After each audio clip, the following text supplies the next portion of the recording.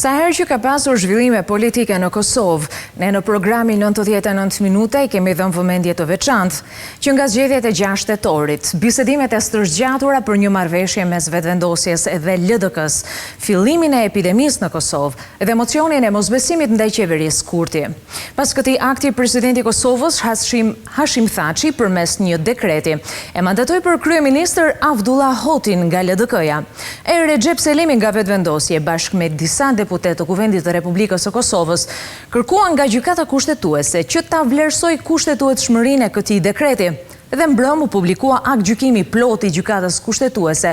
e cila ka vlerësuar se dekreti i presidentit të Kosovës për t'i dhënë mandatin e kryeministrit Avdullah Hoti është në përputhje me kushtetutën. E për ta zbërthyer më mirë këtë vendim, ne kemi ftuar virtualisht në studio ekspertin e Kushtetutës së Kosovës, zotrin Vigan Qorolli. Përshëndetje, mirë se erdhët në 99 minuta. Përshëndetje Zana, përshëndetje Tetova, përshëndetje Maqedonia. Po, më në fund jemi së bashku. Atëherë, ne sot do të flasim për vendimin e gjykatës kushtetuese. Do t'ju pyes se si e vlerësoni ju këtë vendim, po unë kam ndjekur edhe një postim që ju keni bërë në rrjetet sociale, konkretisht në Facebook. Ju keni cilësuar këtë vendim si gjuhësisht të dobët, juridikisht cinik dhe logjikisht paushall, thoni ju. Ashtu mendoj unë, sepse çështja e vlerësimit të kushtetueshmërisë të dekretit presidentit të Republikës për mandatimin e zotit Avdullah Hoti ka përfunduar në kushtetuese, ndërsa kushtetuesja me shumicë votash, duke thënë nga 9 gjyqtarë 7-2 ka vendosur në favor të dekretit të presidentit të Republikës, për çka i ka hapur rrugë edhe votimit të zotit Hoti ditën e nesërme në Kuvendin e Kosovës. Është disi shqetësuese që gjykata në çështjen e dekretit Hoti ka përdorur nocione të pasigurta juridikisht dhe gjithsesi me një terminologji të paqartë, shpeshherë jo legale dhe disa herë konfuze, madje në disa paragrafe gjykimi flet më tepër semantikisht se sa juridikisht, sikur të ishte ndonjë prozë ose ndonjë roman, dhe flet për privilegje, për përgjegjësi dhe për tendenca të tilla moralizuese të cilat nuk janë një standard mirëfilli i gjyqësisë kushtetuese, i asaj që pas luftës së dytë botërore, profesori austriak Hans Kelsen thoshte që gjykata kushtetuese është vetëm një legjislator negativ dhe ka rol vetëm të vlerësimit të ligjeve nëse janë në përputhje me kushtetutën ose jo, dhe në këtë rast, meqense dekreti është çështje ligji për presidentin, për institucionin e presidentit, atëherë kjo gjykatë kushtetuese në praktikën e saj 12 vjeçare, pas vitit 2008, pas shpalljes pavarësisë, disa herë ka sjell vendime të cilat kanë dalë përtej shtratit kushtetues, përtej germës kushtetuese dhe në këtë rast, në rastin e fundit, ajo në këtë kontekst specifik ka krijuar një detyrim për mandatorin mbi prerogativa të papërcaktuara me kushtetut. Kushtetuta jon asnjëherë nuk i definon afatet, kushtetuta e Kosovës asnjëherë nuk e lejon presidentin e Republikës të konsultohet me partitë e tjera dhe jo domosdoshmërisht vetëm me partinë fituese, siç ka thënë në vitin 2014, po kjo gjykatë, por duha ambiguoze, e cila nuk krijon detyrime të pasta ligjore, ndonse jam shumë i qartë, vendimi i gjykatës kushtetuese duhet të respektohet. Unë po i bëj një vlerësim kritik ose një vështrim kritik për shkak se disa fraza, disa paragrafe në gjykim janë semantikisht të paqëndrueshme dhe normativisht inekzistente, sepse fjali të tilla të cilat e cënojnë në rendin juridik tonin dhe duket se fatkeqësisht ky gjykim do të ketë precedent të rrezikshëm për jetën politike në Kosovë, sepse institucionet të cilat krijohen nga zgjedhjet do të preken dhe atëherë kush e bën shumicën mund ta formojë një qeveri dhe do të mund të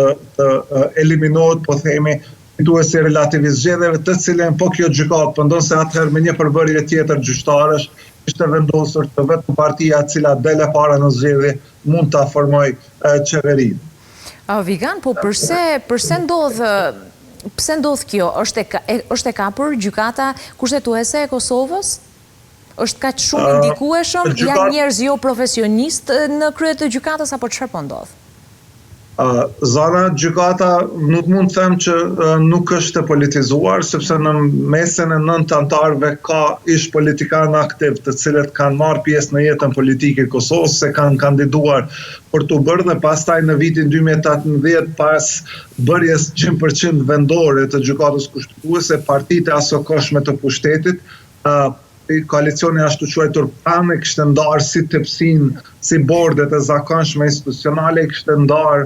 pozitat në gjykatë kushtetuese me marrëveshje politike dhe pastaj disa gjyqtar pa përvojë juridike dhe me të kaluar ose diplomatike ose politike ishin bërë gjyqtar dhe prandaj gjuha e cila është përdorur në këtë gjykim e tregon mirëfillshëm që disa gjyqtarë në atë gjykatë janë të pamjaftueshëm për ta ushtruar atë detyrë, sepse edhe referimin që kjo gjykatë ka bërë në fjalorin e gjuhës shqipe,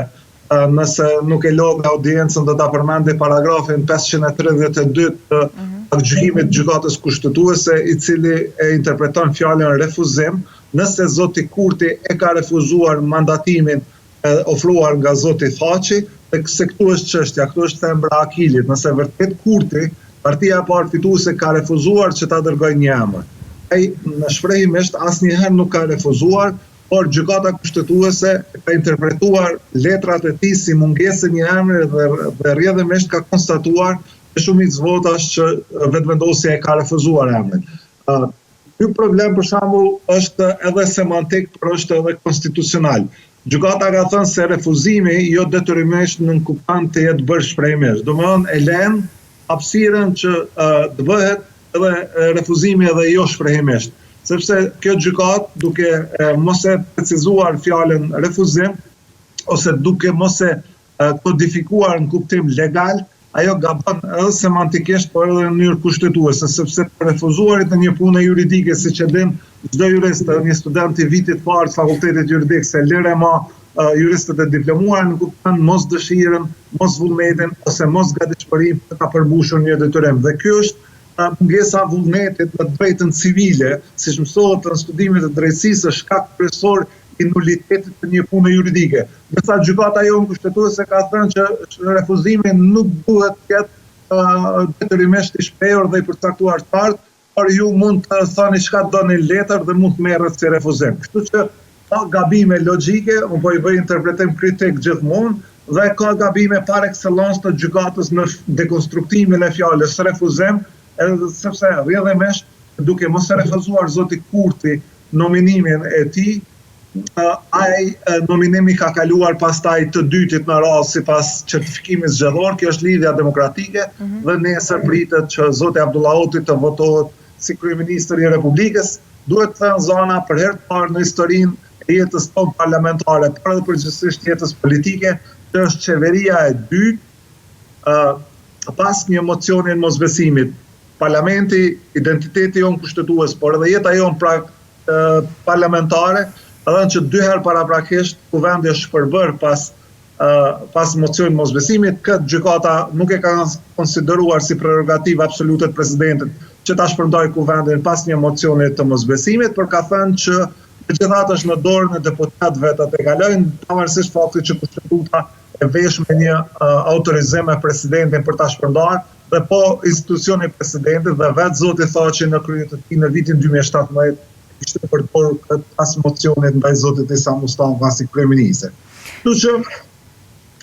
kjo është ajo që Kurti duke mos e bërë një propozim për një mandatar tjetër, e ka lënë, po themi, e ka veshur me një autorizim ekstra kushtetues presidentin e Republikës, të cilët 20 ditëshin e komunikimit me letra e ka lejuar ta përdor një tavër kushtetues të cilin nuk e ka dhe me akt gjykim e ka tejkaluar normën kushtetuese kjo gjykatë. Vigan, sipas të dhënave të deklarimit të pasurisë së antarëve të gjykatës kushtetuese, del se ata janë njerëz të pasur, disa nga ta kanë pasuri deri në €1/2 milion, që është në kundërshtim me të ardhurat që mund të fitojnë si antar të gjykatës. A e ul kjo nivelin e besueshmërisë këtyre gjykatësve? Me qenë se shumica ndërmuese të gjyqtarëve i njoh, unë besoj që ata kanë kryer punë të tjera para se janë bërë gjykatës. dhe një pjesë e tyre kanë pasurinë edhe përbashkët familjare, kështu që nuk do të hyja në çështje të vlerësimit të tyre meritokratik në çështjen e pasurisë, është çështje shumë subjektive e tyre, për këtë janë autoritetet kompetente që duhet ta vlerësojnë dhe antikorrupsioni i ka shpallur pasuritë e tyre në bazë të deklarimit të tyre vullnetar dhe meqense ata aktualisht kanë hyrat majme dhe shumica prej tyre janë mësimdhënës në fakultete juridike, besoj se vetmja punë që i lejohet një antarit gjykatës është mësimdhënia në një fakultet akredituar juridik në vend. Atëherë besoj që shumica e tyre kanë qenë ose ambasador ose zyrtar të tjerë shtetëror, ose kanë pasuri familjare, që kjo është çështje e cila është jashtëzakonisht subjektive, të cilat nuk më takon mua ta interpretoj nëse pasuria e tyre është e drejtë ose jo. Po mirë, si e vlerësoni kërkesën e vetëvendosjes që gjykata kushtetuese të vërtetoj kushtetueshmërinë e dekretit të presidentit dhe pas vendimit të saj ta mohojnë dhe ta kundërshtojnë atë? Tani shikoni, ne jemi një republikë parlamentare, ndonse demokracia jonë është e bresht, ajo në ECA-k e saj këto 20 vite, po specifikisht në 12 vite pavarësi, tregon që megjithatë një identitet sado fragjel është ndërtuar dhe vendimet e gjykatës janë respektuar përgjithsisht për shkak të vullneteve ose eventualisht tekeve politike, sigurisht që asnjë vendim gjyqësor, sigur në jetën private, por edhe në jetën publike nuk mund t'i bie kushtimisht të them tamam asnjërs palë. Vendimi duhet të respektohet, por sigurisht të kritikohet dhe unë po e respektoj dhe nëpërmjet kritikës po sqaroj opinionin. Gjykimi ka të meta serioze dhe prandaj lëvizja vetëvendosje si partia e parë, sepse për herë të parë në historinë e Kosovës, nuk din si është gjendja në Maqedoni në kuptimin e legitimitetit popullor, por besoj që në demokracitë kushtetuese në Evropë për herë të parë dy njerëzit më të votuar në vend janë jashtë qeverisjes organike dhe një pjesë e tyre njerëzve të cilën do të marrin pushtet nesër kanë një grusht votash, ndërsa njerëzit që kanë me qindra mijëra vota janë jashtë për shkak kryesisht aleancave meskine politike të cilat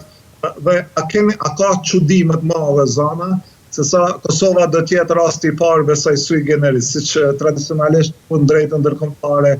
veçantia e një situate ose specifika e një situate, Kosova do të bëhet sërish sui generis për shkak se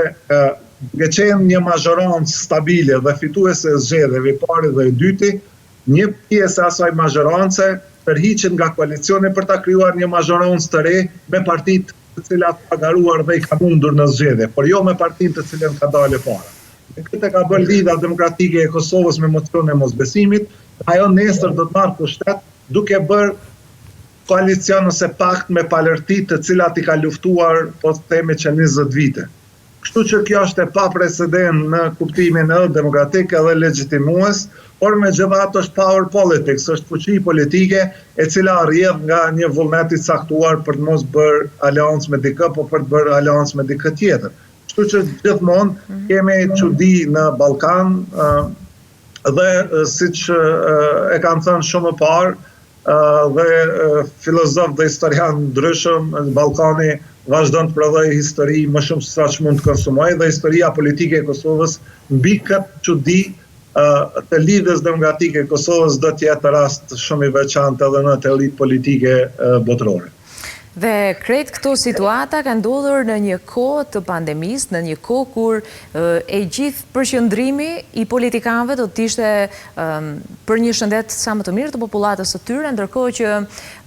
këto dëshirat për karrike e për pushtet kanë qenë kaq të mëdha dhe kanë prodhuar kaq shumë ngjarje në kohët e fundit. Po mirë, sipas teje Vigan, nga do të shkojë Kosova pas gjithë këtyre lëvizjeve të shpejta të timonit Samajta Sadiathas? Si është e ardhmja e saj? E ardhmja e saj sigurisht nuk mund të vihet pikpyetje, megjithse ka ide që do të shkëmbehen territoret mes Kosovës dhe Serbisë, ose eventualisht serbët do të riakomodohen me kushtetut dhe do të kenë autorizime më të mbinatyrshme në kuptimin legal të fjalës. Dhe nëse eventualisht zoti Hoti si kryeministër i ri do të mund ta nënshkruante një marrëveshje me Serbinë,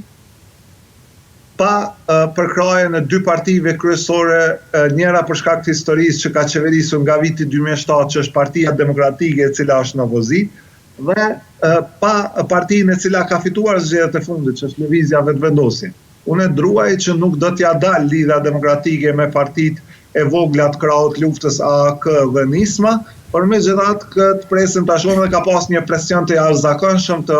administratës amerikane kundrejt qeverisë Kurti, por edhe pastaj në nështrimit të pakusht të liderëve vendor ndaj atyre kërkesave, por kjo është megjithatë një kolateral, do të thoya, nuk është shkaku kryesor i rrëzimit Kurtit. Shkaku kryesor i rrëzimit Kurtit në gjykimin tim është prishja e kohezionit social nga ana e Kurtit. Kurti dha dëshmi të forta që do ta shkap shtetin, do ta luftoj korrupsionin, edhe partitë të cilat kanë qeverisur këto 20 vite, specifikisht këto 12 vitet e fundit, kanë hise të forta në paranë publike të Kosovës nëpërmjet kontrollit institucioneve të pavara, nëpërmjet tenderomanisë dhe nëpërmjet gjërave të tjera, prandaj u bën të gjithë kundër Kurtit për ta rrëzuar vetëm mos të lënë të bëjnë ndryshimet e nevojshme të cilat populli gjykoi se të domosdoshme në 6 tetor. Tani më nëse thash Hoti do të mund të nënshkrojë marrëveshje përfundimtare të cilat do t'i prej kufet, unë po ja bëj juve zona vetëm një pyetje thjesht, kjo është pyetje një empirike, a besoni që zoti Hoti mund t'ia kthej fjalën presidentit Thaçi? Jo. Vigana, dëgjohemi? Po e marrë gjithmonë sikur institucione kushtetuese raporti kryeministër president. Duke njoft karizmën e zotit Hoti, nuk besoj që ai mund t'i kundërvihet asnjë ministri lëre më presidentit të Republikës, i cili është figurë e fortë politike në Kosovë dhe është në pushtet ka shumë që 20 vite në liri. Kështu që do të jetë një qeveri tranzitore e përkohshme dhe unë besoj që zgjedhjet do të jenë të pashmangshme në Republikën e Kosovës, pavarësisht mos lejimit të tyre nga gjykata kësaj radhe. Zgjedhjet do të ndodhen në vjesht ose në pranverë, kur i skadon mandati presidentit Thaçi dhe duhet të zgjidhet presidenti i ri i Republikës. Këtë nuk mund ta them kur ndodhen zgjedhjet, sepse përndryshe do të vëja bast, por siç do qoftë kjo qeveri nuk do të ketë mundësi të jetë gjatë parlamentare, sepse tash në mënyrë arbitrare e ka largu nga pushteti partinë e cila e ka fituar zgjedhjet.